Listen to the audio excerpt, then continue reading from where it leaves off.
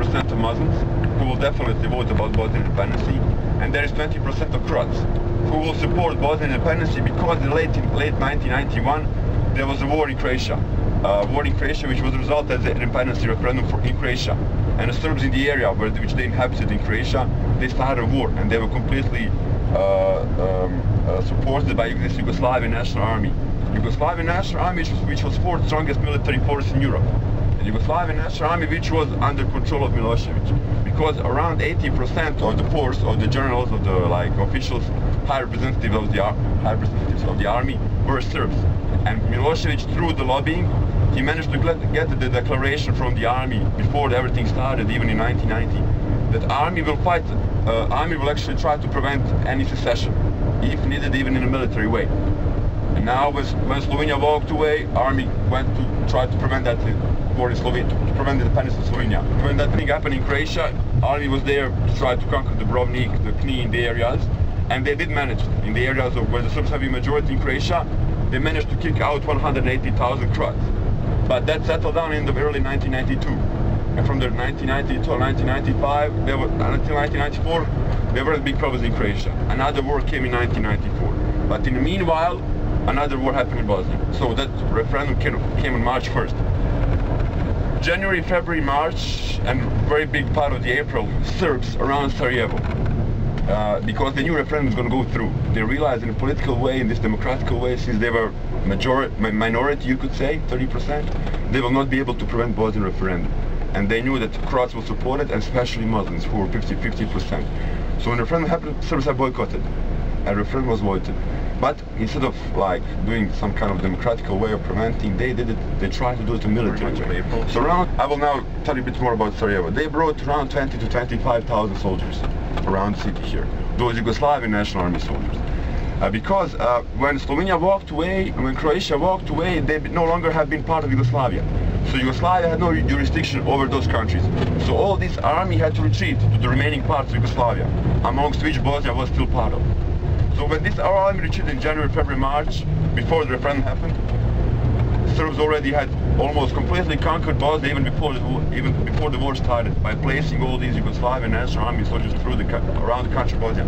And when they were digging bunkers around Sarajevo, while they were placing weapons, they brought those 25,000 soldiers, and they brought around 1,200 of heavy artillery weapons, including tanks, mortars, cannons, howitzers, and multiple rocket launchers.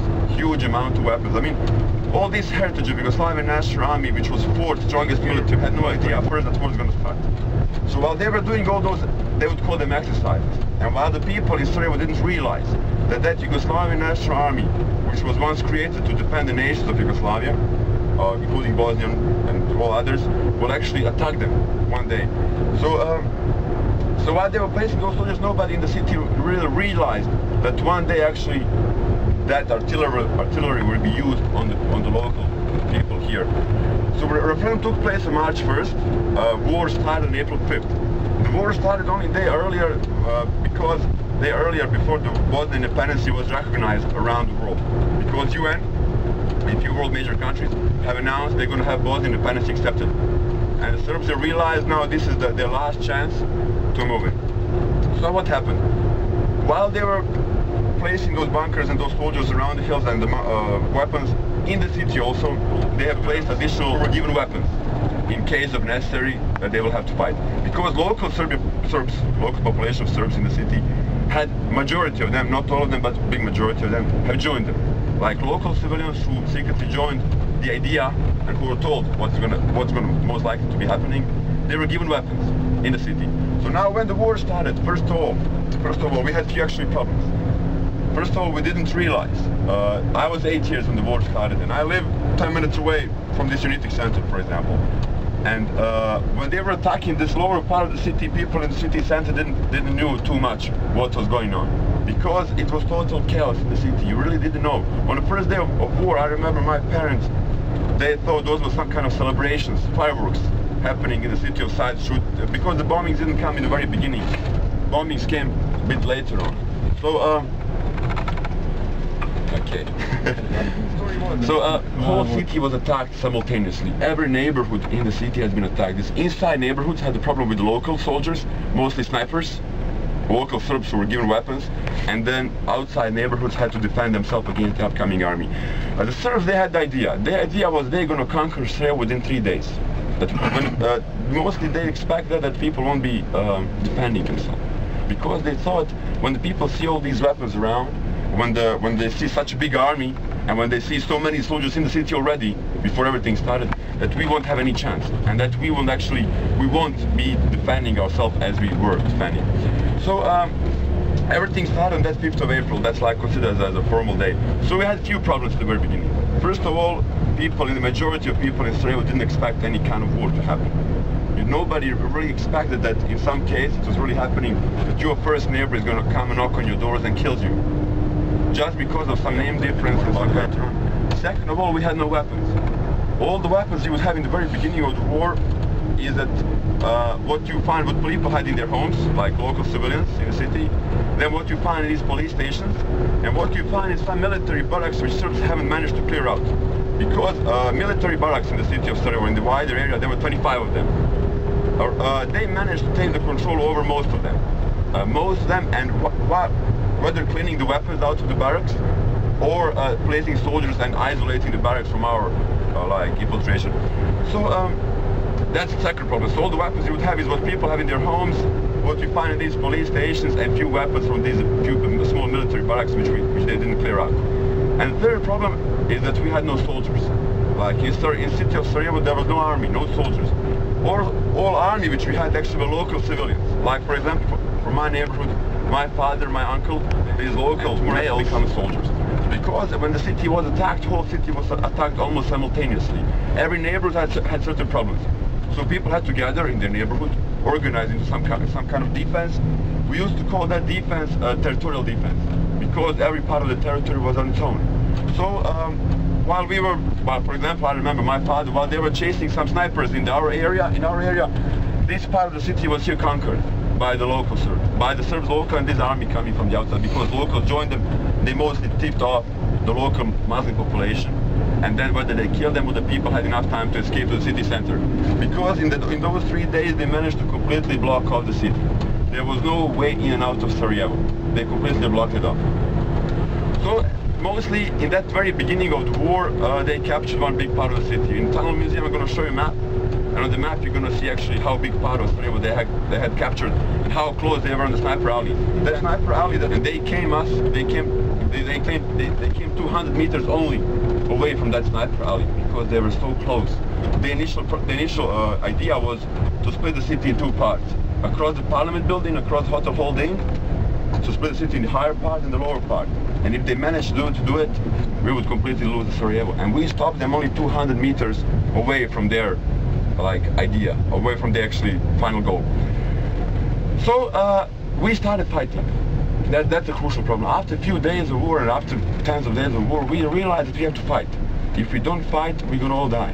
So and the Serbs, they didn't really realize we were going to fight like we did. So when we started giving some resistance, when we started fighting against them, when we started blocking them off from the areas where they wanted to enter most, they realized if they want to conquer the city, in which there's around 350,000 people, out of those 350,000, around 100,000 males, they have realized that they have to send all those soldiers from around inside into the city. And then they realized they had the city completely blocked off, like completely surrounded, no way in and out of Sarajevo. Then they realized, let's not risk all these soldiers by trying to conquer the city, because it's one story to conquer the open areas, the other story to conquer the city, the buildings, the streets and everything, and with so many people living in there. So they realized that they don't want to have so many casualties. They changed the tactics and they started bombing. Like every day with that heavy artillery around the hills of Sarajevo, on average you had 350 bombs hitting down on the city. In days of high bombings in the area of the city, you have maybe 3,000 to 4,000 bombs flying from the city, from the hills. When we get to the Tunnel Museum, we're almost very close. I will show you. When the bomb hits your house, it destroys your house completely. Like I spent 4 years of my life in the basement, because the underground basement or some kind of hole underground, when the bomb hits your apartment, like the building and your apartment, it does not only destroy your apartment, it destroys like 3-5 apartments around yours. You will see all these calibers of weapons there. They were howitzers, 55 millimeters. Like this is the diameter of the bomb. And when that bomb like this hits your house completely collapses. I mean, people in Sarajevo were dying even in the basement because these so hard bombs were able to destroy it even in the basement. So the basements were the only safe place in Sarajevo where you can be. And now every day they bomb because they know that we don't have any weapon supply, we have no food, we have no water because they destroy all these facilities for water, we have no electricity. And they thought by heavy bombings every day over the next few days and weeks maybe, they will actually be able to break our spirits for defense. They thought by bombings every day maybe we will somehow surrender while they were killing so many people because there was so inhabited, so many people in a small area of the city center where we were surrounded. They can do it is via airport. So we're going to be few seconds actually, not minutes. We're going to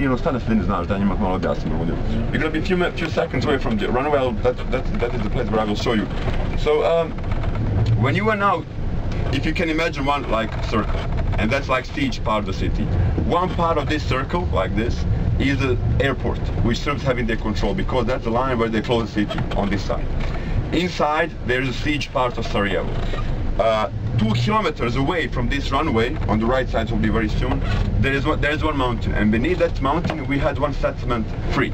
Because when they started attacking the city, their plan was to take the city center completely by splitting the city and then easily solving the problem. And these small settlements around the area, they thought they're going to finish Israel. And that is why we were actually able to keep this small settlement free. So when you came and when you requested Serbs to give them the airport, in the first instance they have denied. Because they were afraid that this now corridor which would be open, like this air corridor would be open and we would connect to this small settlement, and they denied. In the first instance they actually have denied UN.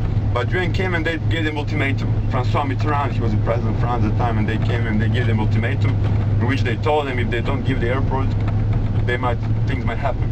And the Serbs and Radovan Karadžić, I don't know if you ever heard for either, white bearded guy, 3 years ago captured in Belgrade, and Ratko Mladić, this guy 10 days ago captured, they have actually calculated maybe it's in their best interest to give the airport away. So when they gave the airport away, when UN took over the airport, people from Sarajevo, we were very few seconds away, started running from the siege part of the city, across the runway, across one valley, to beneath the mountain, to the settlement, to get food there, and run back again to their families, to bring the food for their families. Now, Serbs have positioned their soldiers just above and below the airstrip, and they can back. In the next 6-7 months of runnings, around 270 people have died on this run, and around 700 people have been injured.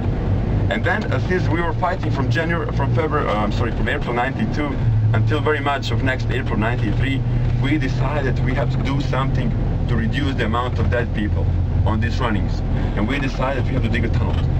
And through the tunnel we would be able to get weapons into the city, because in Sarajevo we were completely running out of any weapons.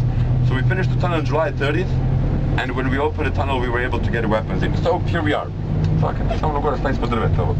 On the left side over there, that is the airport. Across the airport there is the city of Sarajevo, that siege part. Line which denied us from connecting to that mountain on the right side over there was the airport, because Serbs have closed the city in this side over the airport. So when UN came and when you requested Serbs to give them the airport, in the first this area by running across the runway to the other side through these houses to beneath that mountain to get some weapons, to get some food or something. So when UN came and when Serbs have given them the airport, Serbs have told them, first of all, they want half of this humanitarian aid which is going to arrive through the help. And second of all, they told them that they want, if they see anybody moving around there except those blue helmets, meaning UN peacekeepers, they're going to be shooting. So when UN took over, people in lack of food in Sarajevo, while still humanitarian aid still didn't arrive, they started running from that left side, across the runway, across this valley, to beneath the mountain, to get food on their back, and run back.